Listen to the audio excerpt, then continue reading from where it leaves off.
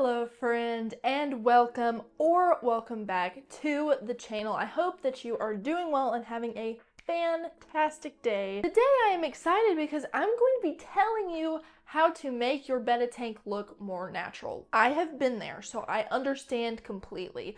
Typically when you start out, your tank doesn't look like a Betta's natural habitat, but over time you learn and you grow, and then you realize, hey, maybe I should try adding some wood in there or some plants in there. Take it away from looking like a toy box to a little underwater ecosystem. And I understand that completely because that is exactly what happened to me. Even though I had decor that was slightly on the more natural side, I just didn't quite feel that satisfaction that you get when you create something like the tank that I have here. Oh, and by the way, if it seems a little empty back there, that's because I'm actively in the process of setting up a brand new tank. So, if you're not subscribed yet, stick around because I will be posting a complete tankscape video, which is both entertaining and informative because it will show you how to set up a tank of your own if you are interested in that kind of thing. Now, let's just go ahead and hop into the tips.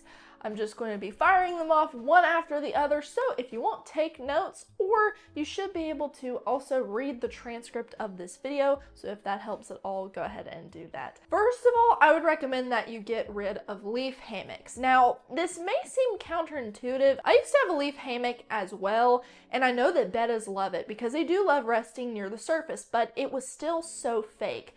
And I could just see it in the tank. I could see the suction cup, I could see the leaf. It didn't look real at all. And sometimes the wire that's inside the leaf will actually rust, which can pose a risk to your bed, although that doesn't typically happen. I just didn't like it. It didn't feel quite natural, even though it was more on the natural side. Instead of doing this, I recommend getting a larger real life plant.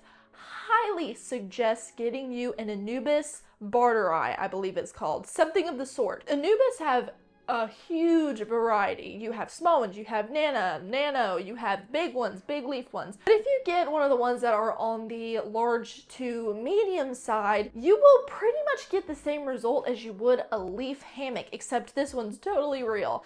And you don't have to worry about burying in the substrate because Anubias like to have their roots out. They feed from the water column, which is why you need liquid fertilizer for those. And you can either attach it to wood or rocks at the bottom, or if you want, you can find some way to attach it closer to the surface to kind of simulate that Betta hammock type look and feel, but it's going to seem a lot more natural. Now, a lot of people will glue it or tie it to a suction cup, which will hold it up towards the surface. And I know that earlier I said I didn't like the suction cup on the Betta hammock, but because an Anubias is usually a little ball of roots and then it is bushy, it's living, it's actively growing larger, a lot of times the suction cup is a little bit less obvious, and so it just looks so much better. You can also do something like create your own little DIY Betta shelf with a piece of driftwood. You can glue a suction cup to a piece of driftwood, which is what one of the members in my free Facebook group, the Betta Fish Forum, did, and he posted all about it. He, I guess, drilled a little hole in a piece of driftwood, just super glued a suction cup to the driftwood, and then made a little Betta lid. That looked very, very natural. So those are a couple things you can do instead of having a leaf hammock in your tank. The second thing you can do, and this is just going to depend on the type of tank you may have, but if you have a tank that has a built-in filter where it's just black and it's a large chunk of the back of the tank, then you may want to consider removing it, and instead of having that, install a little sponge filter. Now, you may be wondering, why does this make it look more natural? I can't exactly explain it, but if you head over to my video that I made where I personally removed the one in my tank, I think you'll see it for yourself. It really just brightens up the tank, especially since most of the dividers for those built-in filters are black and plastic, and they just make it look dark and dreary, and it's just not super attractive. Sponge filters are much easier to hide, and I really love to hide them by putting wood in front of them, or some rocks, or just placing a plant when I am first setting up the tank. I'll put it in front of where the sponge filter will sit, and eventually it will grow big and bushy. That is exactly what I did with this tank here. I have the sponge filter in the back. You may or may not be able to see it, but I put a large piece of driftwood up front, and that plant has now grown up, and I hardly ever see that sponge filter. So it just brightens up the tank and it makes it feel more natural, because instead of focusing on a black background, I can focus on all the hardscape that's really popping out now that the background isn't dark and solid. Tip number 3,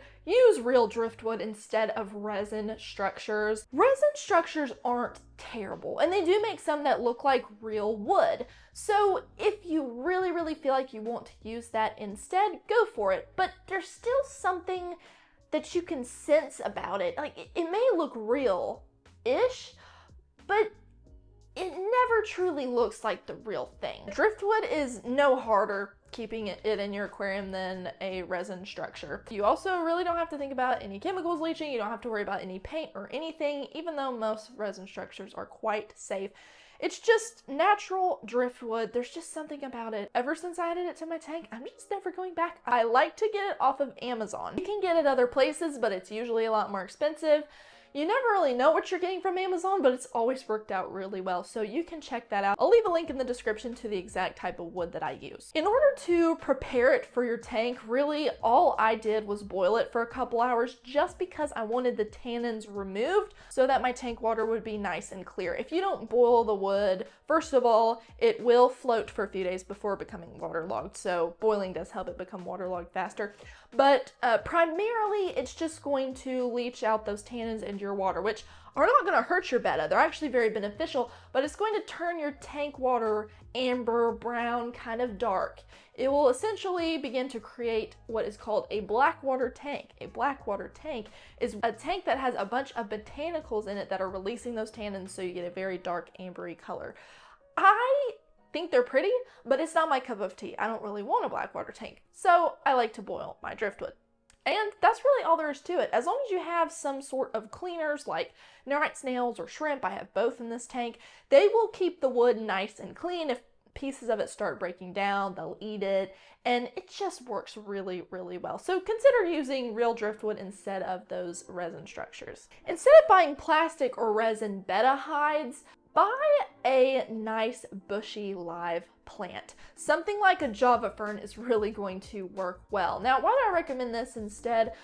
It's really going to do the same thing for your Betta, and it just looks more natural. You also don't have to worry about possible rough edges or any sharp pieces tearing your Betta's fins. You don't have to worry about small holes in the hide that your Betta could get stuck in. It's just a bushy plant, and your Betta will be able to swim in and through it and rest on it if he wants to. It creates the same feel for your fish, it's just that it just looks more natural. Java fern is a really good plant for this. You could also get a type of Anubias like we talked about earlier. And I also really like the crypt, which is a type of plant. I believe the full name is a Cryptocoryne, something of the sort. Hopefully I'm not botching up the name. One thing I really like that elevated the natural look in my tank are floating plants. There are some kinds that are harder to care for than others, but most of them are really easy to care for. But my top favorites are salvinia. I love salvinia. There are a few different types, super duper easy to care for. Unfortunately, I used to have a lot in here, but for some reason they got these mites on them, and so I had to throw them away. That doesn't happen to everyone. It's quite rare. I am imagining they probably came in on something else, maybe one of my houseplants that I added to the tank. I don't know. I'll probably just have to buy some more. But I do really love floating plants. They grow really well, they are very low maintenance, and they just make it look so natural. Plus, they provide your Betta an excellent place to build a bubble nest if he wants. Last but not least, remember the color palette. If it helps, you can look up some pictures of nature online, pictures of natural streams and riverbeds, so that you can kind of pick up on that natural color palette. When you walk into a pet store, you're really not going to see that. Hardly at all. Most of the things that they offer are neon, bright, flashy, it looks like candy or a carnival, and it's just not natural. So the best way to make your tank look natural is to apply the natural color palette. And really, any type of natural material is gonna have that in it. So, for example, with Edwin's tank, all of the plants are these beautiful greens. Some are kind of purpley almost. I have light greens, dark greens, huge variety of greens. I have a purpley browns, and rocks have a nice orangey red to them, as well as some darker grays. And the substrate is also a bunch of tans and beiges, and I absolutely love it. Now, it would seem kind of bland without the plants. So the plants are really the crowning glory of your aquascape. I mean, they really are. So go for plants. The more plants, the better, in my opinion. Now, you don't want to completely crowd out your Betta, but you do want a lot of plants because they look good. They give your Betta a nice, comfortable place to hide. They're super beneficial because they filter the water in your tank. They provide hiding places for tank mates and everything. So why would you not want live plants? I feel like I went on a bit of a tangent there, but I do love live plants, and they are really what bring everything together and make it very bright, warm, and inviting. So there you have it, 6 more ways to make your tank feel like home for your Betta fish. Let me know what you think. And if you know of another tip that wasn't shared in this video, please put it in the comments. I love when you do that. It is very, very helpful to me and to the rest of us as well. And before you go, if you haven't yet, you have to join my free Facebook group. If you have Facebook, it is a wonderful place to learn and grow alongside other Betta fish keepers. I have a few other links to some fun social pages of mine. If you don't follow those yet, you can check them out by going to the description. I have everything there for you, so you can just have some fun and scroll that and just check out all the good stuff. You have a wonderful, wonderful day. Thank you for tuning in. I hope you have a fantastic rest of your weekend or week, no matter when you're watching this. God bless you, and I will see you in the next video.